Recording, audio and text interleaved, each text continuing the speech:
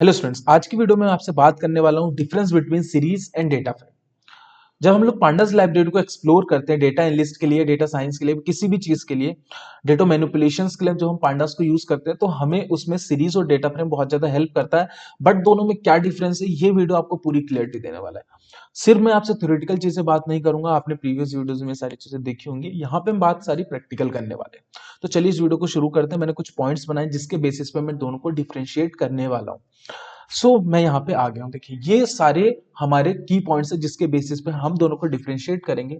यहाँ पे जो है स्ट्रक्चर के बेसिस पे मैं डिफरेंशिएट करना चाहता हूँ कि जब हम पांडा सीरीज को यूज करते हैं तो हमें यहाँ पे किस तरीके के डेटा से डील करनी होगी, क्योंकि हम लोग पांडास लाइब्रेरी को डेटा मैनिपुलेशंस के लिए यूज करते हैं, डेटा क्लीन, डेटा को प्री प्रोसेस करने के लिए यूज करते हैं।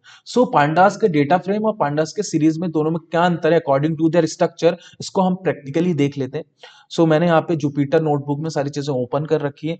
तो यहाँ पे देखिए मैंने पहले से लिख रखा है, क्योंकि देखिए इंपोर्ट पांडास एज पीडी, मैंने पांडास को इंपोर्ट किया और यहाँ पे मैंने एक सीरीज क्रिएट करी है और यहाँ पे मैंने एक डेटा फ्रेम क्रिएट किया।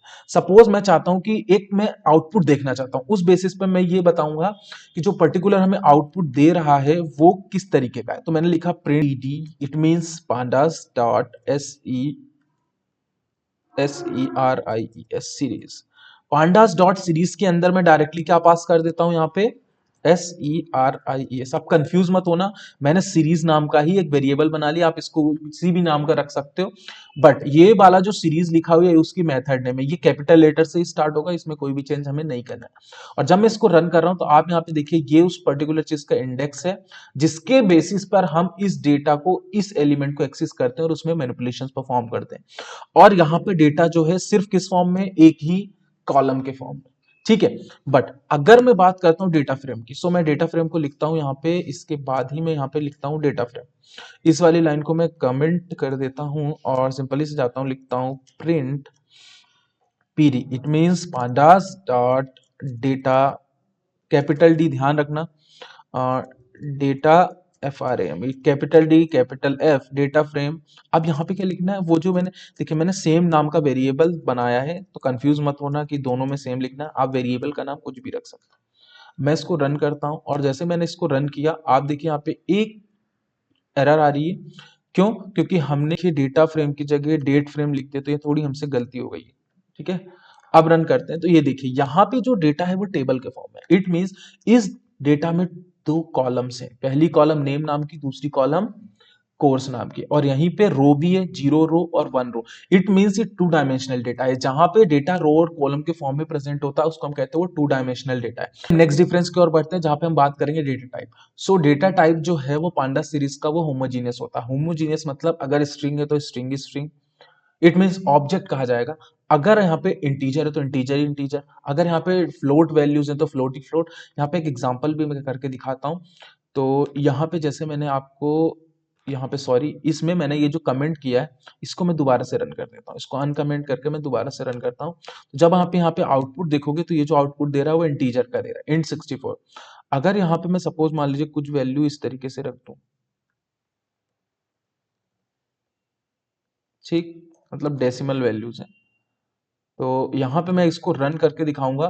तो यहाँ पे आपको देगा फ्लोट 64। इट मींस जैसे ही आपने इसमें एक वैल्यू में कुछ इस तरीके से डॉट लगा के 0 लिखा, कुछ भी डेसिमल वैल्यू गई तो ये फ्लोट हो जाएगा। अगर मैं इसके अंदर स्ट्रिंग रख दूं, चलो सपोज मान लीजिए यही वाली कॉपी करता हूं, हम इसमें चीजों को मिक्सअप नहीं करेंगे। देखिए अब यहाँ पे क्या कह रहा है, ऑब्जेक्ट। तो जब बात आती है किसकी, इस तरीके से स्ट्रिंग की, तो ये ऑब्जेक्ट में आता है। हम इसमें कोशिश यही करें या फिर इस तरीके का ही डेटा हो, क्योंकि देखिए यहाँ पे जो लिखा हुआ है homogeneous single type, it means कि अगर हम इसमें एक से ज्यादा डेटा को मिक्सअप करेंगे तो देखिए इस टाइम पे तो ये चीजें वर्क कर जाएंगी। सपोज मान लीजिए यहाँ पे मैं लिख देता हूँ नंबर, यहाँ पे मैंने लिखा नंबर। ठीक है। अब मैं इसको रन करता हूँ, तो जब मैं इसको रन करूंगा तो ये एरर नहीं देगा। बट क्या होगा कि जब हम डेटा पे मैनिपुलेशंस और अपने ऑपरेशंस परफॉर्म करेंगे तो हमें दिक्कत करेगा, क्योंकि देखिए वो भी इसको एज ए क्या ले रहा होगा, स्ट्रिंग ही ले रहा होगा। आपके लिए तो नंबर है। तो कोशिश यही करें कि जब आप सिंगल पे काम कर रहे हैं, इट मींस जब आप 1 डायमेंशनल पे काम कर रहे हैं, तो आइदर जो आपकी लिस्ट होनी चाहिए वो हमारी या तो इंटीजर हो या फ्लोट हो या फिर स्ट्रिंग हो, तो वो सारी चीजें इस तरीके से होनी चाहिए। यहाँ पे हेट्रोजीनियस है तो यहाँ पे आप मल्टीपल डेटा टाइप्स को एक साथ इंसर्ट कर सकते हो, जैसे कि यहाँ पे एग्जांपल में आपको दिख भी रहा होगा।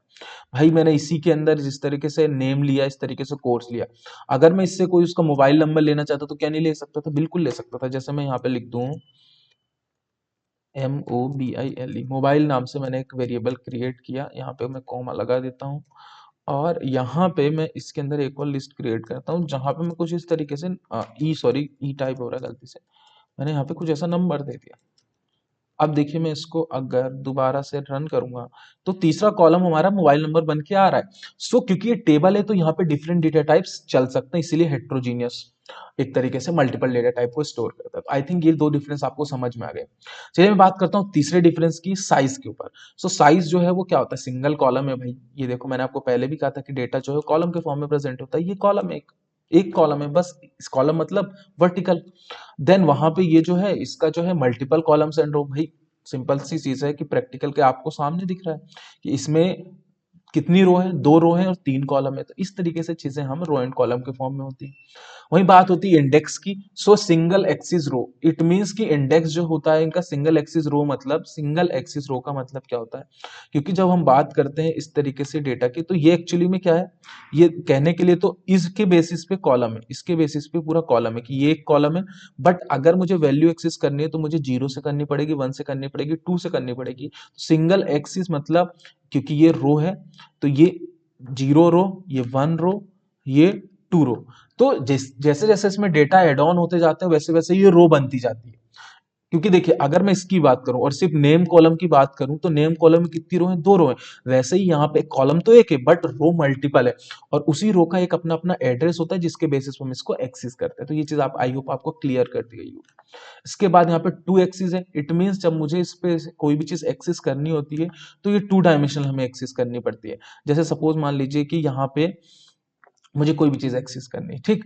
तो अगर मैं यहाँ पे डायरेक्टली इंडेक्स पास करता हूँ तो एक्सेस कर लेता हूँ, यहाँ पे देखते हैं कर पाते हैं कि नहीं कर पाते। तो मैं इसको थोड़ा सा कमेंट करता हूँ क्योंकि प्रैक्टिकल में आपको दिखाता हूँ। अगर मुझे किसी भी चीज को एक्सेस करना है, प्रिंट मैं लिखूंगा पीडी डॉट सीरीज, ठीक है? और इसके अंदर SERIES सीरीज के अंदर मैं इसमें पास कर देता हूँ उसका इंडेक्स, मैंने जैसे 0 या 1 किया। तो अब देखते हैं क्या आंसर आता है, ठीक है? इसको मैं सेव करता हूँ, इसको मैं यहाँ से रन करता हूँ। आंसर जो हो क्या आया? अल्कू। इट मींस कि ये जो 0 इंडेक्स, सॉरी अल्कू, इट मींस जो हमारा 1 इंडेक्स पे रखा हुआ है, जैसे ये रखा हुआ है 1 इंडेक्स पे तो उसने प्रिंट कर दिया। बट क्या चीज ये हमारी टू डायमेंशनल के साथ एप्लीकेबल है या नहीं है, तो ये थोड़ा सा प्रॉब्लमेटिक हो जाएगा। जैसे मैंने लिखा, सपोज मान लीजिए लिखा print pd dot capital DATA data FRAME frame, और इसके अंदर मैंने लिखा डेटा, नहीं स्मॉल में मैंने लिखा वेरिएबल का नाम डेटा फ्रेम, मैं लिखता हूँ LOC। अब मैंने यहाँ पे LOC लिखा, LOC of 1, it means actually में ये क्या रिप्रेजेंट करता है? कॉलम को। सो अगर मैं इसको रन करता हूँ तो आप देखोगे कि यहाँ पे जो कॉलम 1 की सारी वैल्यूज थी वो हमारे पास आ गई।